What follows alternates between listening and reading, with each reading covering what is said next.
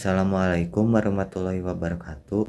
Sampurasun. Wilujeng pamirsa patepang deui sareng abdi Muhammad Faiz Ar-Rahman di acara Warta Sunda TV.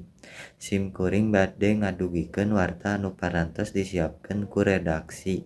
Nyaeta warta anu aya kahuruan di Kemayoran Gempol, Jakarta Pusat.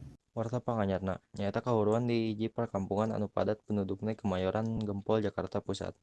Dinten Salasa Peuting 543 hancur ku seuneu.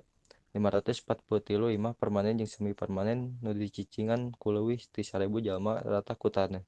Seueur bahan anu gampang kaduruk nyababkeun seuneu gancang nyebar. Supados warga teu gaduh waktu pikeun nyalametkeun hartana, pikeun ayeuna polisi masih keneh ngalaksanakeun panalungtikan.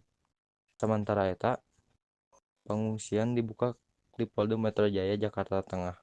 Bade nungguan tenda evakuasi BPBD Rengse. Kitu wae nu tiasa simkuring haturkeun. Muhammad Faiz Ar-Rahman mundur. Faiz pungkur dina Warta Sunda TV. Hapunten bilih aya kalepatan. Wassalamualaikum warahmatullahi wabarakatuh.